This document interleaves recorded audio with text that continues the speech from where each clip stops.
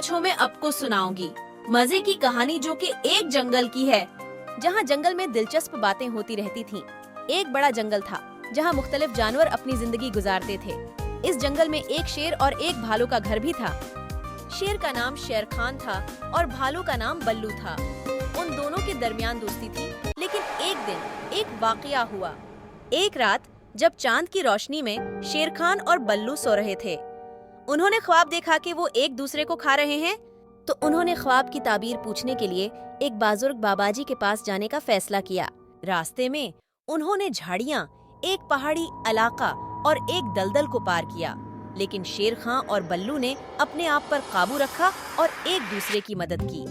आखिरकार वो बुजुर्ग बाबाजी के पास जा पहुँचे, जहाँ उन्होंने अपने ख्वाब का बताया। बुजुर्ग बाबाजी ने उनको बताया कि उनके ख्वाब में दोस्ती और अमन का पैगाम है, तो वो उन्होंने जंगल में अमन और सुकून से रहने का फैसला किया।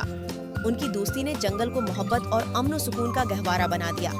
ये कहानी हमें ये सिखाती है कि मोहब्बत और अमन और सुकून और दोस्ती रिश्तों को मजबूत बनाती हैं, और ये बड़ा मकसद है।